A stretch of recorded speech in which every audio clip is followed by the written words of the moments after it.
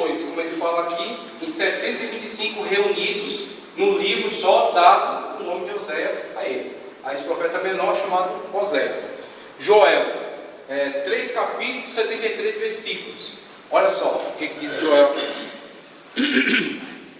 Voltando aqui para esse mapa, que ele vai ser importante, a época histórica que podemos contextualizar o livro de Joel. No arranjo da Bíblia hebraica, o livro de Joel se encontra na ordem cronológica, ocupando o segundo lugar no grupo dos profetas posteriores ou menores. Então o que acontece? Com relação ao livro de Oséias, você vê, a tradição judaica nos fornece essa indicação de que Oséias seria o primeiro. Mas as evidências dentro da própria profecia de Oséias, que apontam na última profecia, falando acerca de uma política de duplicidade adotada por Israel, em fazer aliança ora com o Egito, ora com a Síria, isso mostra que Oséias não pode ser colocado como o primeiro profeta. Então, falha cronológica. Não existe uma falha textual. O texto é preservado na íntegra. Foram as profecias de Oséias, profetizadas ao longo de 25 anos. Mas o lugar dele não é o primeiro. O lugar dele é esse lugar aqui, de acordo com a datação histórica. Em 750, esse lápis aqui, 750, 760, 715 a.C. Pelo menos contemporâneo de Amós, pouco após Jonas, e depois de Joel e Abdias, ou Obadias para nós, aí é em espanhol, Obadias. Então Joel, que a gente vai ver agora, ele está cronologicamente correto. A tradição judaica acertou na datação cronológica de Joel, 830, ou pelo menos na localização cronológica dos livros. Oséias ele errou, mas Joel eles acertaram. As tradições judaicas davam perdão, aqui, página 81. No arranjo da Bíblia hebraica, o livro de Joel se encontra na ordem cronológica, ocupando seu lugar no grupo dos profetas posteriores, menores. A palavra Joel, em sua forma hebraica, é Yoel, que significa o Senhor é Deus. Esse nome combina bem com o teor da profecia desse profeta. Sabereis que eu sou o Senhor vosso Deus, conforme Joel 2, 27, 3, 17. A mensagem desse profeta enfatiza o julgamento divino que será pronunciado contra Israel no grande dia do Senhor, a terrível praga de gafanhotos que trouxe grandes prejuízos para a nação, serve-se como um tipo no terrível dia do julgamento sobre todos os filhos da impiedade. Você vê coisas presentes aqui no livro de Joel.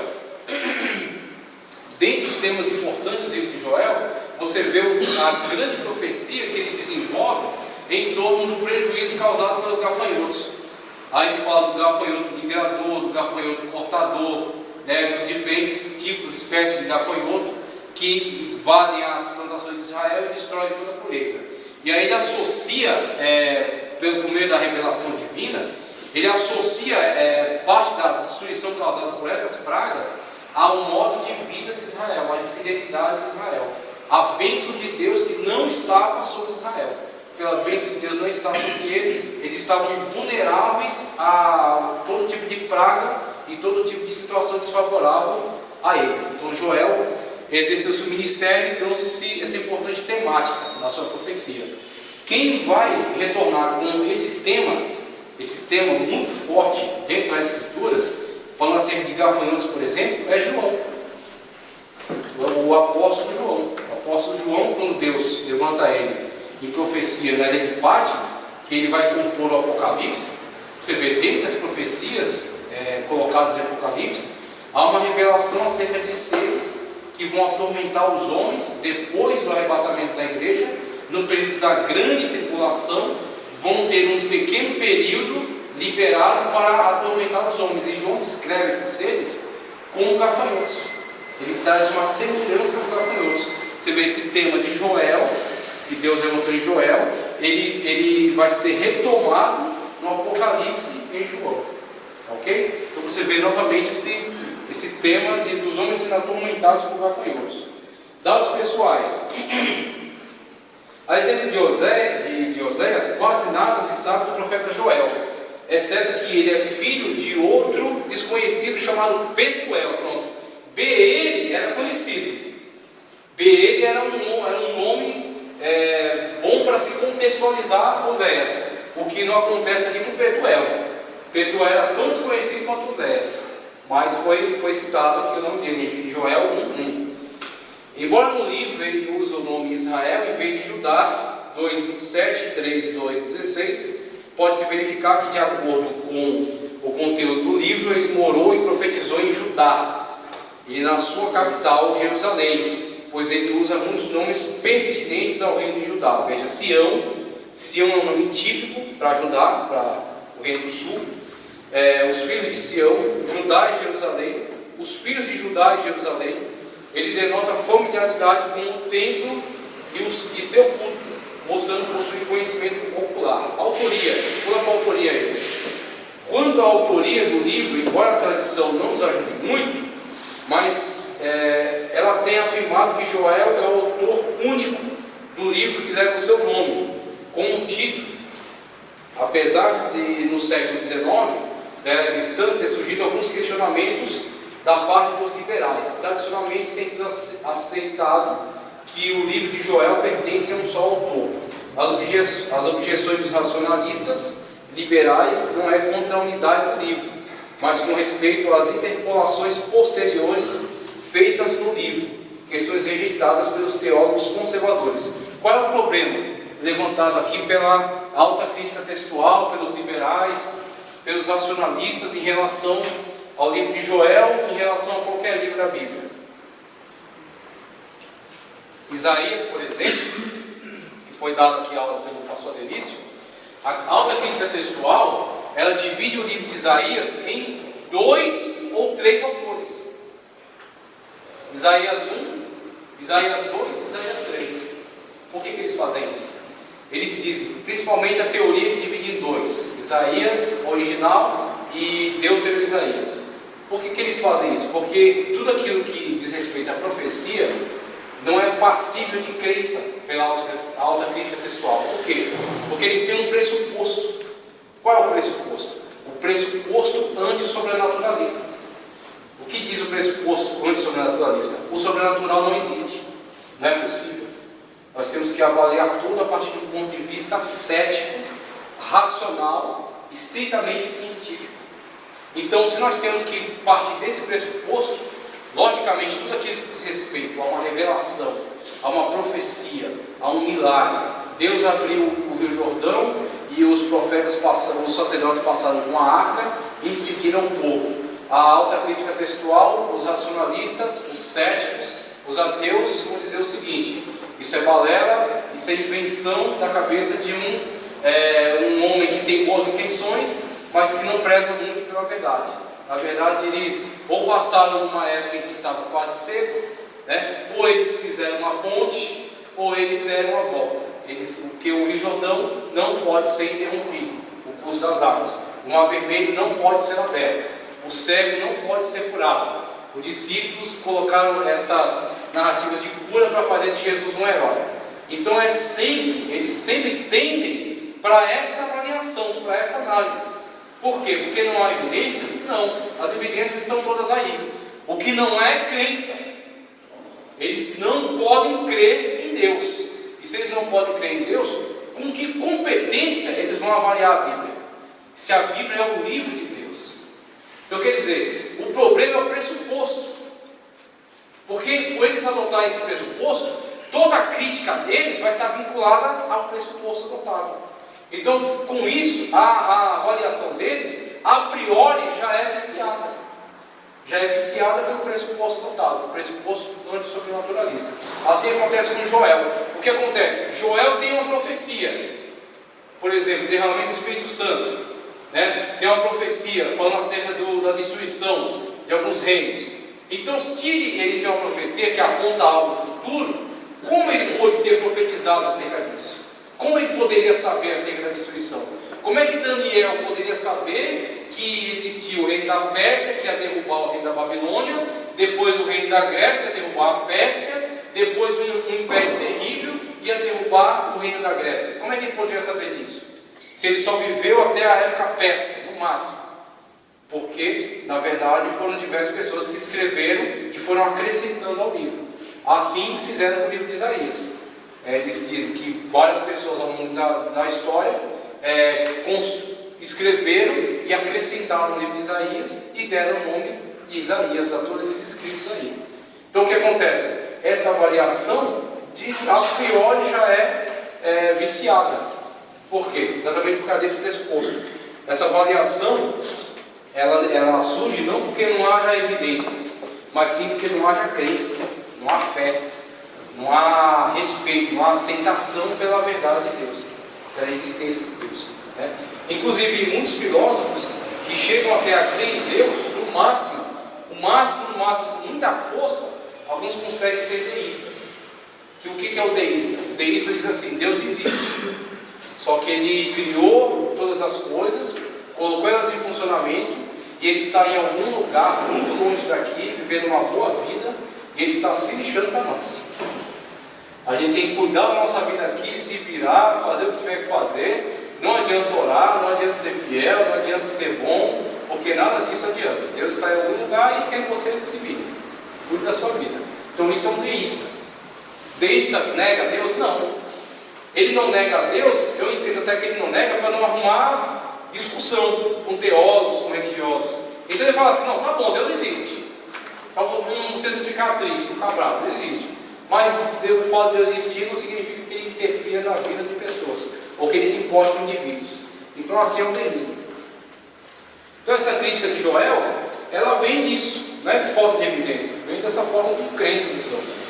Dada a composição, no finalzinho do 81, há exemplo de outros profetas menores, Obadias, Jonas, Abacuque, Malaquias. Joel é um profeta que não traz no corpo de seu livro nenhuma data específica. Isso tem feito a mente de muitos especuladores voar em várias direções. Olha só, as datas sugeridas pelos estudiosos variam muito, desde o século IX até o século IV a.C. Mas se tivermos que optar por alguma delas com base nas evidências internas, a mais verossímil é o período da menoridade do rei Joás, durante a regência do sacerdote Joiada, na década de 830 a.C., ok? Então, cronologicamente, é o segundo profeta. Amós, aqui ó, livro de Amós. Amós não era profeta profissional do quadro de funcionários do rei, 7:14. Era apenas um entre os pastores de Tecoa, mas o chamado de Deus o compeliu a pregar com tamanha ousadia contra os pecados do rei Jeroboão e contra a classe alta de Samaria, que foi acusado de traição, conforme 7:88 e 2. Título: o nome Amós deriva do verbo hebraico amas, fardo, que denota a ideia de erguer fardo ou carregar fardo. Dados pessoais: parece que Amós era oriundo de família simples e humilde, visto que o nome de seu pai não é citado, não é sequer citado. Então, não havia relevância, não havia por que citar, porque não haveria contextualização. Não se cita o nome do pai de um profeta, por exemplo, no escrito desse, do Antigo Testamento, só porque ele amasse o pai dele, ou ele respeitasse o pai dele. Não é um livro de biografia, não é um livro dele. Tem que ter algum porquê, algum propósito. Quando se cita o nome do pai, por exemplo, da pessoa, há uma contextualização. Um leitor vai ler e vai falar: ele é filho de fulano de tal, ele é filho de BL, né? Aí no caso no caso que a gente acabou de ver agora de Joel, não adiantou, foi citado. Na época de Joel, pode ser que houvesse uma contextualização, mas futuramente já não houve preservação. No caso de Amós, nem houve esse esforço de citar, porque seria uma pessoa comum, desconhecida. Ah, sim. Ó, 9:05 eu libero o café, que aí depois a gente termina aqui, os outros que faltam. Dados pessoais que já vi, no primeiro versículo do primeiro capítulo, Amós se identifica como quem estava entre os pastores de Tecoa, mas parece que além de pastor, ele era também agricultor, no ramo de cultivo de figos, desse cômodo, e também boiadeiro, conforme ele mesmo relata em 7:14. De acordo com as evidências internas, Amós não desfrutou de nenhuma educação formal, nas escolas de profetas, nos moldes daquelas mantidas por Samuel, Elias e Eliseu. Talvez por isso nunca foi oficialmente nomeado no ministério profético. Ao receber sua vocação da parte de Deus, deixou seu lar em Judá, como um mero leigo, proclamando na orgulhosa capital do reino de Israel uma mensagem hostil, sem qualquer autorização eclesiástica, sem qualquer título oficial do profeta reconhecido. Enfrentou os preconceitos do público de Efraim, cumprindo fielmente sua comissão na parte de Deus. Então, os dados que são apresentados aqui são apontados para descrever a situação de Amós. A primeira ênfase que o autor busca dar aqui é que Amós não fazia parte da escola de profetas. E isso, para o ministério dele, foi com certeza uma grande dificuldade. Foi uma dificuldade a mais. A primeira dificuldade era a mensagem. A mensagem que ele estava trazendo contra o reino de Israel. Então, ao profetizar contra o reino de Israel, e essa mensagem ser de extrema rigidez, uma mensagem dura, é o primeiro desfavor que ele já traz a ele. Qual é o segundo? O fato dele ser um desconhecido. Ele é uma pessoa comum, uma pessoa do povo, uma pessoa que trabalhava num emprego comum, boiadeiro, agricultor, não letrado, né? Uma pessoa iletrada. E outra, uma pessoa sem referencial. Quando Samuel surge no contexto, e a gente estudou isso no livro dos históricos, na análise acerca dos históricos, Samuel, ele finda o período dos juízes e ele dá início à monarquia, quando ele unge o primeiro rei de Israel.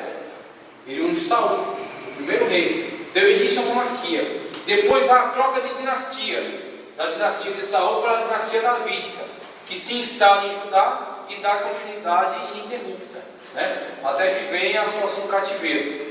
Então, até a situação do cativeiro é ininterrupta, até Roboão, depois de Roboão, até os seus descendentes. Além dessa questão da monarquia em Judá, surge no tempo de Samuel uma instituição extremamente importante e séria chamada Escola de Profetas. Escola de Profetas. Samuel funda a Escola de Profetas. E outro trecho bíblico que a gente vê uma manifestação dessa escola é com Eliseu. Aquilo que os pregadores gostam muito de pregar acerca do discípulo dos profetas, um dos filhos do profeta, que chega para Eliseu e fala que eles têm que aumentar a tenda, né? Aumentar o lugar de moradia deles, desce até o rio para cortar a lenha. O profeta acompanha eles querem cortar a lenha para aumentar lá o local em que eles moram, que eles residem, e o machado cai, né? O ferro do machado. E aí o profeta intervém milagrosamente para trazer uma solução ali. Mas essa narrativa, ela ilustra a escola de profetas. Eles eram uma organização, eles eram uma instituição, eles se autoajudavam, era uma ajuda mútua, eles se autoeducavam. Os profetas mais experientes educavam os menores, os mais novos, os mais recentes. Então havia um letramento, havia um ensino da palavra, da escritura, havia um referencial, havia um respaldo. Quem é fulano de tal? Fulano de tal é discípulo de Elias. Ele põe água nas mãos de Elias, era assim que eles falavam. Então quer dizer, ele não é qualquer um. O pai dele é Elias, aquele que profetizou e fogo caiu do céu. Na palavra dele o céu se fechou. Depois ele profetizou e veio a chama sobre Israel. Então quer dizer, ele teve um referencial, um respaldo. Quando alguém soubesse que ele está profetizando, fala, olha, o mestre dele era fulano de tal. Então pode ser que ele também seja um chamado de Deus, um escolhido de Deus. Agora, com relação a Amós, nada disso existiu para ele. Ele foi uma pessoa levantada por Deus, em pleno anonimato e sem preparo literário. Deus levantou Amós para voltar a mensagem dele contra Israel, e uma mensagem extremamente dura, uma mensagem extremamente pesada. Mas ele é aí onde entra a coragem dele e o louvor, do nome dele, do ministério dele. Ele foi extremamente corajoso, ele foi extremamente valente, ele não se deixou abater com as suas dificuldades e com as suas limitações. Então cada profeta desse deixa para nós um exemplo, tanto com a própria profecia dele, quanto com a sua vida. Por isso que é interessante estudar a introdução do Antigo Testamento, porque você tem um pouco mais de subsídio.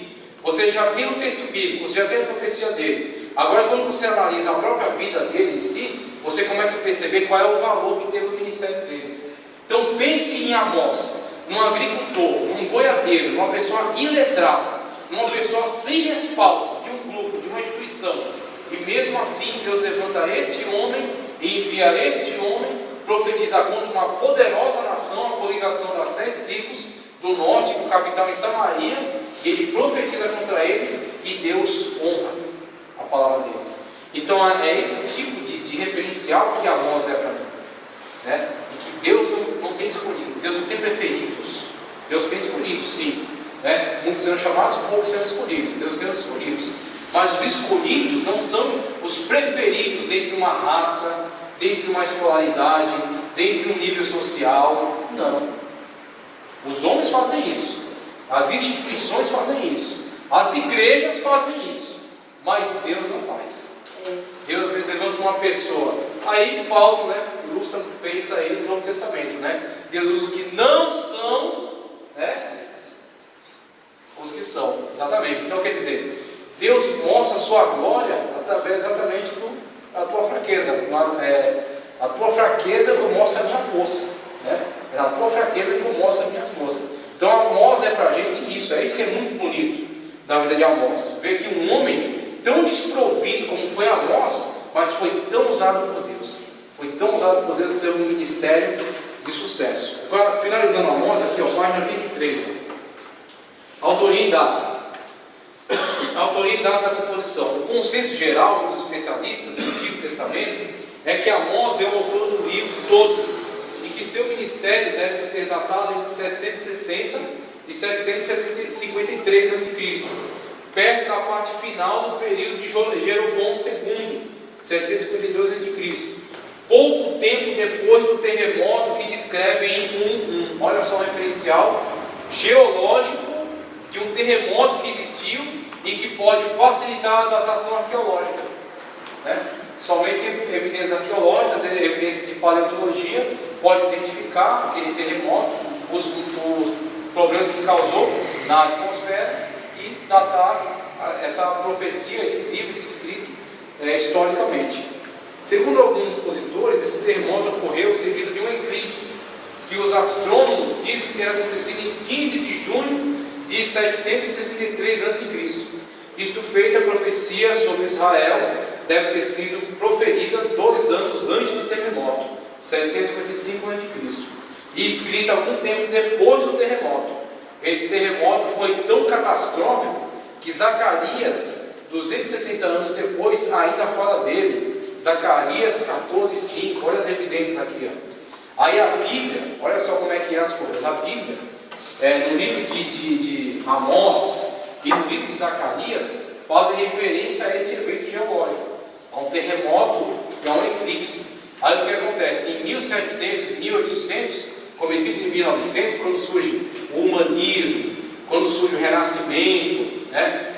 Esses movimentos importantes aí na história, que trouxeram a cultura, que trouxeram a filosofia livre, que trouxeram a ciência e que se divorciaram da religião, levantaram muitas críticas, primeiro contra a Igreja Católica, mas depois eles estenderam essa crítica contra a Bíblia. E aí, quando levantaram essas críticas contra a Bíblia, colocaram a Bíblia numa condição de livro de carochinha, de livro sem evidência histórica, de livro sem comprovação daquilo que é narrado. Colocaram como que a Bíblia seria um livro que inventa coisas, que fala de coisas que nunca poderão ser comprovadas. E aí você vê, depois de muito tempo, surge uma ciência chamada arqueologia, surge uma ciência chamada astronomia, se desenvolve muito mais, que já existia, se desenvolveu muito mais, e surge uma ciência chamada paleontologia. Eles começam a ver as evidências, começam a estudar as evidências, e aí a astronomia faz a datação desse eclipse. A arqueologia e a paleontologia, através dos estratos da Terra, faz a datação desse terremoto. E aí eles se colocam, olha, esses eventos aconteceram em 700 e pouco antes de Cristo. Aí você vai lá no profeta Amós e ele fala, ó, aconteceu um terremoto. Você vai lá em Zacarias e fala, ó, aconteceu um eclipse. E aí a Bíblia estava certa.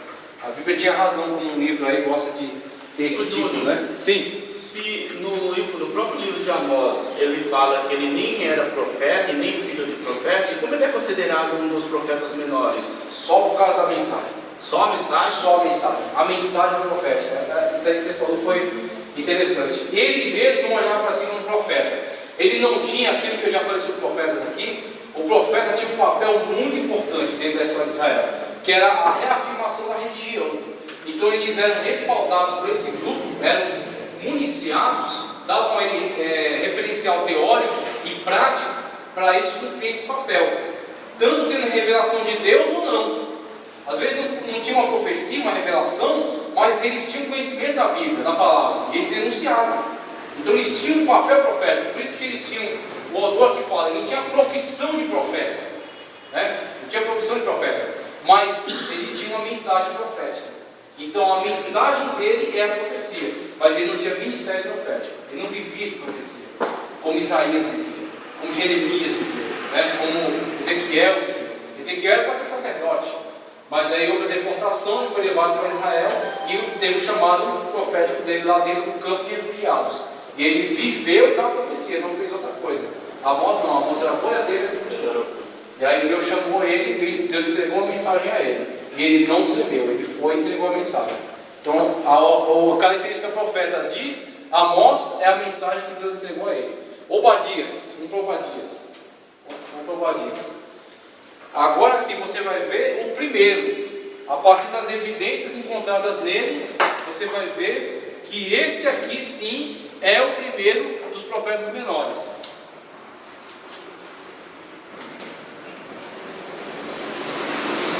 O livro de Obadias, embora seja o mais curto, olha só, um capítulo e 21 versículos. Embora seja o mais curto do Antigo Testamento, constituído apenas de 21 versículos, é também o mais difícil de ser localizado no tempo. Título: o nome Obadias significa servo do Senhor, ou adorador do Senhor. O nome é um composto de Obed, servo, e Iá, uma forma abreviada do nome de 4 letras, YHWH, que dá Yahvé, pronunciado Adonai, pelos judeus piedosos. Os judeus jamais pronunciam essas letras aqui. Inclusive, se eles estão lendo e aparecem as 4 letras, eles não leem elas, eles pulam, ou eles falam os céus, né? Eles não se referem a Deus diretamente. Isso é uma forma de reverência que eles têm, né? É uma forma de reverência. Pronunciado Adonai, pelos judeus piedosos, traduzido para Senhor ou Jeová nas versões. Eu não sei se as versões atuais da Bíblia preservam isso, mas quando você lê o Antigo Testamento e você vê Senhor, escrito Senhor, com todas as letras maiúsculas, ela está traduzindo o tetragrama YHWH, letras que perderam o significado, que perderam a verbalização original. O hebraico é escrito só com consoantes. Pegue um texto seu só para você treinar, para você ter a noção do que é. Pegue um texto qualquer, um versículo que você conheça muito, tire todas as vogais, escreva só com consoantes. Por você conhecer, ao você olhar, você sabe, isso aqui é específico, porque Deus ama o mundo de tal maneira que deu seu Filho unigênito. Escreva só com consoantes. Assim é que os judeus escreviam. A Bíblia deles era assim. Então o que acontece? Escreviam só com consoantes. Para a pessoa saber qual é a vogal que tem naquela consoante, ela tem que conhecer o texto. Se ela conhece, ela sabe como se lê. Se ela não conhece, ela tem que aprender com um professor, com um judeu. Mas isso é usado só nas escrituras bíblicas.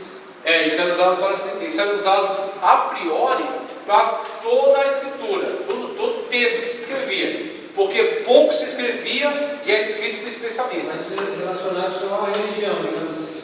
É porque o primeiro texto hebraico era assim, então era assim para tudo.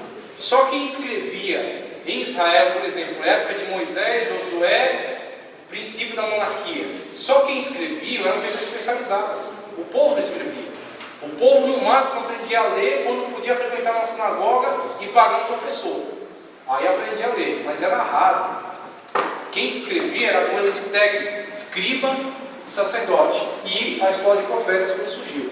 Então era muito importante ter esse referencial teórico. Aí o que acontece? Com o passar do tempo, as gerações foram se passando, algumas coisas se perderam, algumas letras, alguns significados. Dentre eles, o YHWH. Temos as 4 consoantes. Quais são as vogais? Não se sabe. Então perdeu a pronúncia exata. por ter aprendido a pronúncia exata, eles, em vez de tentar pronunciar errado, graças a Deus.